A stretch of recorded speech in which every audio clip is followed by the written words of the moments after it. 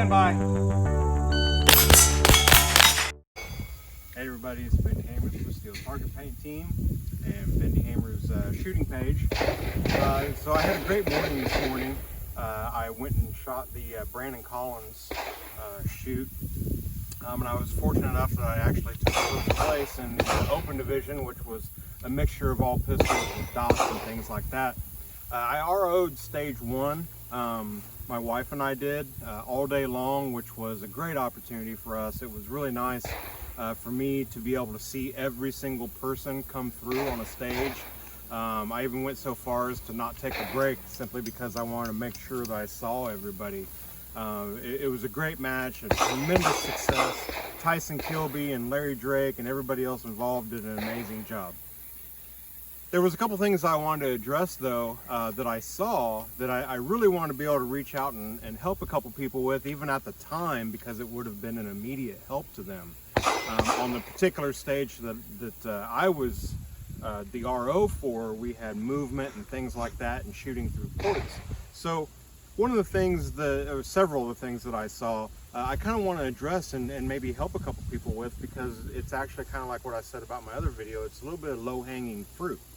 So let's talk about ports. So we've got a port here. There's a standing rule for shooting ports. Unless you absolutely positively 100% have to, you never want to penetrate through the port, ever, okay?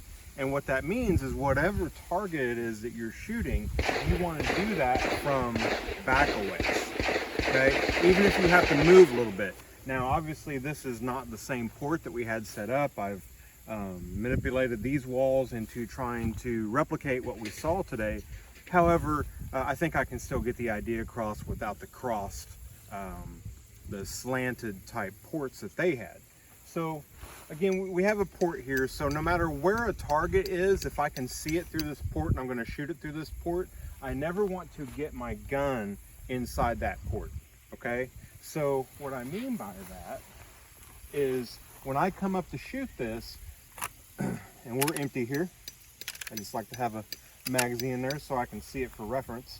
But if I'm going to shoot a target, this is the last place I want to be. So one of the things that happens that I've noticed with shooters, whether this be Steel Challenge, USPSA, or any type of action shooting, is people are convinced that the closer they get to a target, the better chance they are of hitting it. Well, we're talking about a difference of a foot sometimes. Okay, that's not going to make a difference. Okay, but what we're talking about is when you get inside here and then say I have to go that direction, a couple things start to happen. One, I'm on the clock, so we're trying to move efficiently, which means now I've taken all the time to put this gun deep into this port. Well, now I have to do something to get it back out. So a lot of times I'll have to step back, or I'll have to pull something in or something. However, the worst thing to happen is we have people that will not move enough, and they'll start to look down that way, and then the next thing you know, they've hit their gun on the port, and then they're losing track of it. And that can be really bad if you're in a particular situation where, as many of the USPSA stages are, where if you tap your gun and drag it across something and do something like this with it, well, now you've broken 180. Okay, so there's many reasons other than just efficiency that we don't want to be in here. Okay, so if I have to shoot a target that's over there, I want to position myself so I can shoot it like this. Okay, and then if there's another target over there, there is no benefit to me doing this and then having to do that. Okay, no benefit whatsoever. It's much better for me to be back here and then move over here, so that I'm never penetrating that port. So here's what we saw today, is that we had a port that was in a similar position to this with a wall similar to this. And the start position was up here, and you had to come down, draw, and you had to shoot a target that was over to the left, and then 5 targets that were to the diagonal, and then you had to move over a little bit and shoot 2 targets.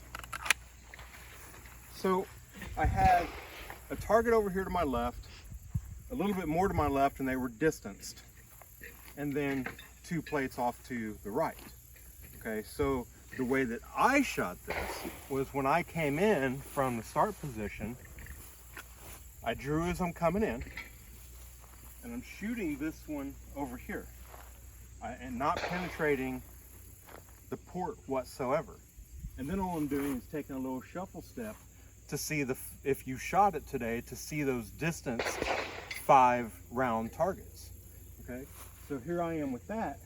And then the next thing I did was I had one more shuffle step to shoot the 2 that were over there. Now here's something to note. As I did that, look where I ended up. Okay, there's a couple things to make note of here. One, I'm on this side of this wall. There's nothing impeding my movement in the next direction that we had to go, which was back and to my left.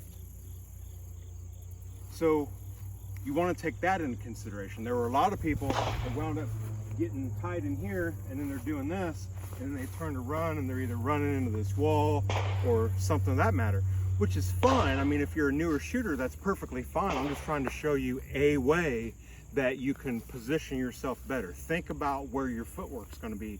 Think about how you're going to be coming in and out of a situation. So I came in here, I shot that one, shot those, and then I put myself here.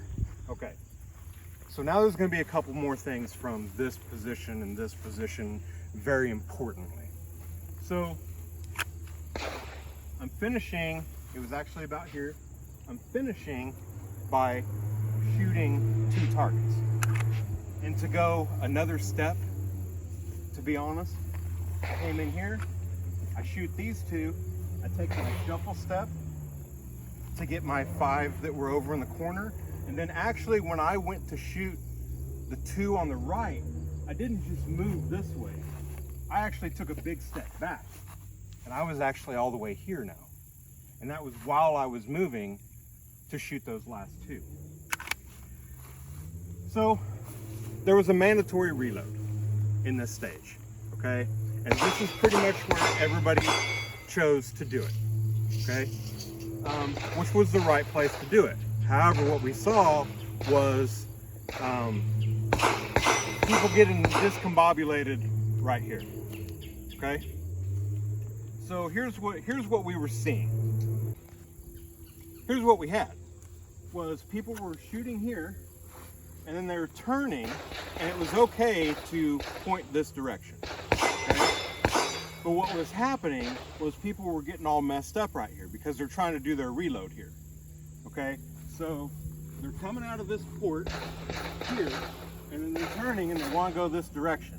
And then it's okay, well, there's a wall here, and then this is also where they're trying to do their reload. So maybe they didn't run into the wall, but they shoot here and then they turn here, and they're trying to do this reload right here. And what we saw a lot of was people coming in here and they drop the mag, and then because we all stand and train, as I said in one of my other videos, Ben Stoger pointed out that we all stand and train standing here, doing our reloads, standing in one place rather than moving like I was suggesting in my video. So what happens is you get here, and as soon as you start to want to do a reload, you want to stop, because that's how you've been training. And you want to do this reload right here, and then you want to start moving. And then I don't know how many guns we saw banging off this wall all day long, which, I mean, it's just something to be aware of. So right there, you're going to want to clear this wall if that's how you're moving anyway. Let me show you a better way to do this. I actually believe it was Merle Eddington that was the first person that started to show me not only this particular technique, but a way to think this way. So here's what I did. When I'm here and I'm shooting these last 2, I'm dropping my mag here. Bam, it's gone as I'm turning away. Now, normally when I move with a pistol, especially if I'm going up range or around something, I like keeping it behind me like this. So I've dumped that magazine and I've got my reload right here, but I'm not trying to do this awkward reach across the back and go into my gun here. I've just got it in my hand. Dump the mag, I do my movement, And then as I'm coming over here, that's when the magazine's going in. And I'm addressing my new targets. So what that does is that changes my movement here from trying to do a reload here and then come around. So now what I'm doing is I'm coming out of this port here, I'm just dumping the mag, moving over here, magazine in, and there I am. So that's helping you to move around that. This also comes into play a lot if you have to move up range, okay? So if you could imagine that now this way is 180, okay? So I can't point my gun any further than that. So maybe I'm shooting stage and I'm forward and I have to go up range, okay? Or go around a wall. That's where it's beneficial to do the same thing and grab a magazine.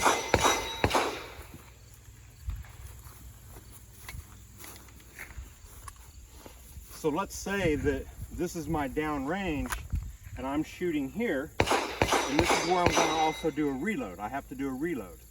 So what's going to happen is instead of trying to run up here or run with the gun in some other way and then come up here and then try to do a reload here, there's a couple of pieces of advice that people will give you. They will either tell you while you're here, just do a reload here and then turn and run. If this is the place you have to run to, dump your mag here and do your reload here. Well, there's actually an even better way, and this isn't real hard stuff. This is actually easier. So again, I'm going to grab my magazine as I'm ready. So I shoot here, and then as soon as I'm ready to turn, I'm already releasing this hand as I'm turning, and I'm leaving the pistol or trail behind me. That magazine's going to drop as I'm grabbing this one, and then I'm coming up to shoot around this wall. So now I have to bring the gun this way anyway. Bang. It's much more fluid. I was really wanting to help some people out with that today, but trying to give advice on the range is kind of poor etiquette on my part. A lot of people are stressed out enough, you know, with the timer and depending on how many matches that they've shot. So one other thing I want to show you with the rifle.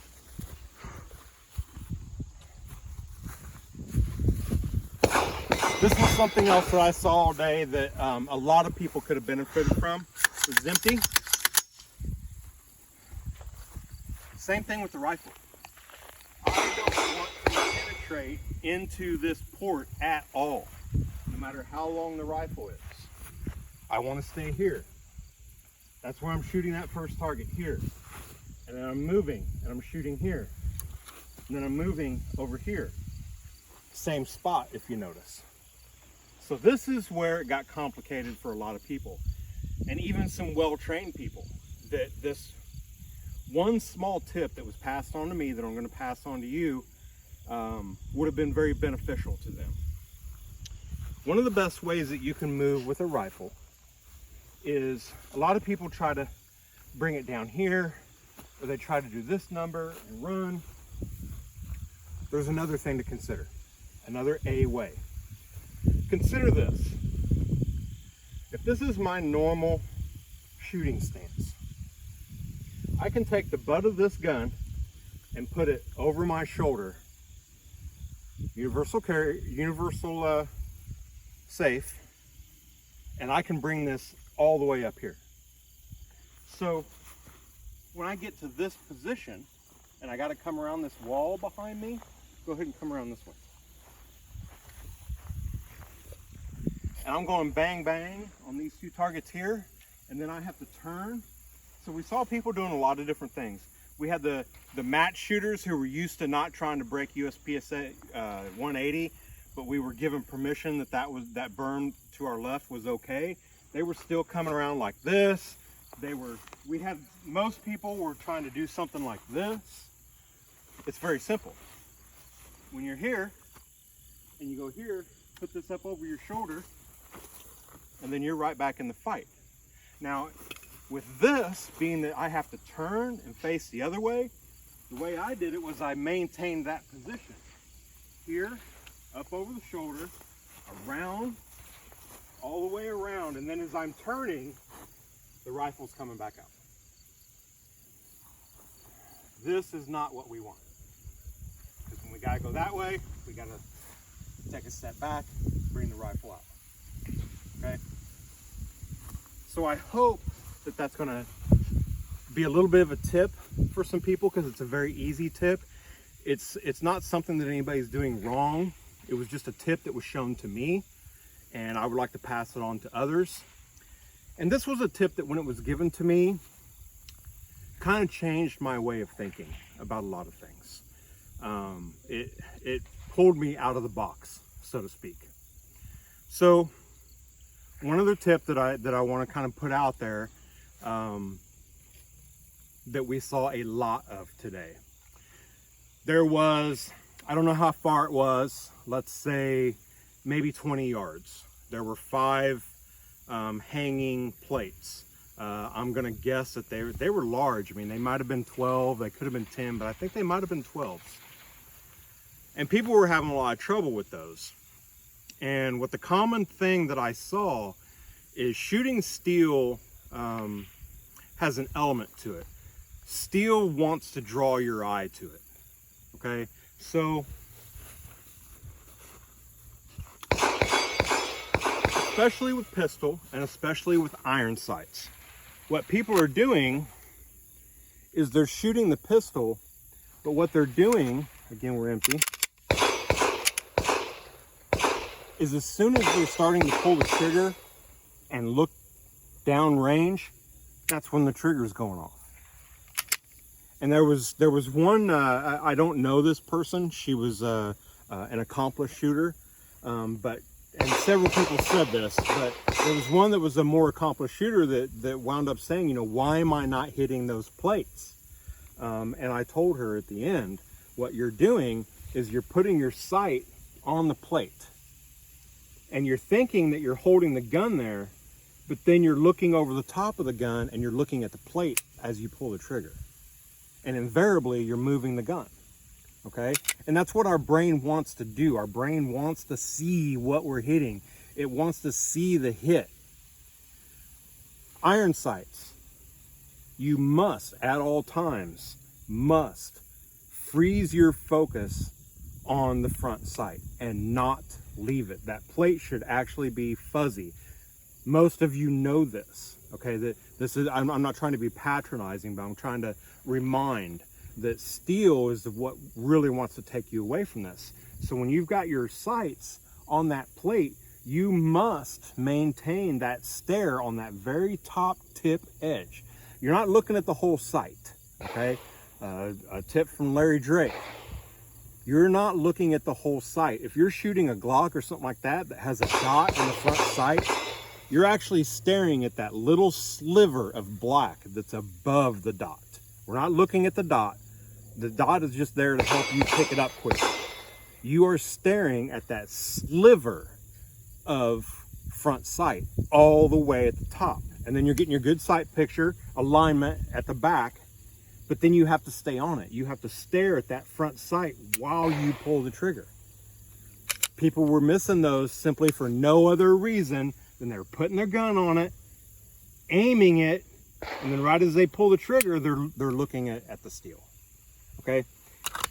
Those were some very simple things that I saw today, and if I could help some of you that came through and saw those, I've been getting so much feedback, positive feedback on the videos that I've been doing, so that's what I would like to continue to do, is if I can put out like some low-hanging fruit stuff that people have passed on to me and make some of the shooters experience something or think about something. I mean, it benefits all of us. You know, the closer we all are to shooting, the more we can feed off of each other. You will make me better, okay? Everybody will make me better. It doesn't matter who I shoot with. They have intellect and they have experience. So remember that, practice that dry fire. That's where dry fire really comes in, is getting this gun out. And even if you're shooting a dot, focusing on where it is and then pulling the trigger. The other thing steel wants you to do is make your eyes transition off of the steel before you're ready. So maybe if we're not looking over the top, what we're doing is we're putting our sights on a particular plate, and then as we pull the trigger, I'm going to exaggerate of course, as we pull the trigger, we're looking to our next plate and then pulling the trigger without even looking anymore, because we think we've got it frozen in. And then guess what? You don't get a ding. And then you're going back to it. Why didn't I hit it? It looked good. Well, you're calling the shot prematurely. You got to call the shot when the trigger actually breaks. That was what I saw today. I saw such a great group of people today. My wife and I both walked away from that match commenting on just the good people that we were surrounded by this morning. From the people that ran it, and especially the people that came through and shot. We had a mixture of law enforcement, we had a mixture of competitive shooters, we had a mixture of people that were shooting just their carry gun. Okay, we had people attempting some of these stages with you know a little very small carry gun, and everybody that came out, I was happy to see every single one of you, and you know, bump hands or shake hands or whatever it might be. I was so happy to see everybody. And then the feedback, comments that people were giving me about the videos, helping them, I couldn't say how it would have made me happier. So I hope that this gives a little bit of help, because these were the things that I saw.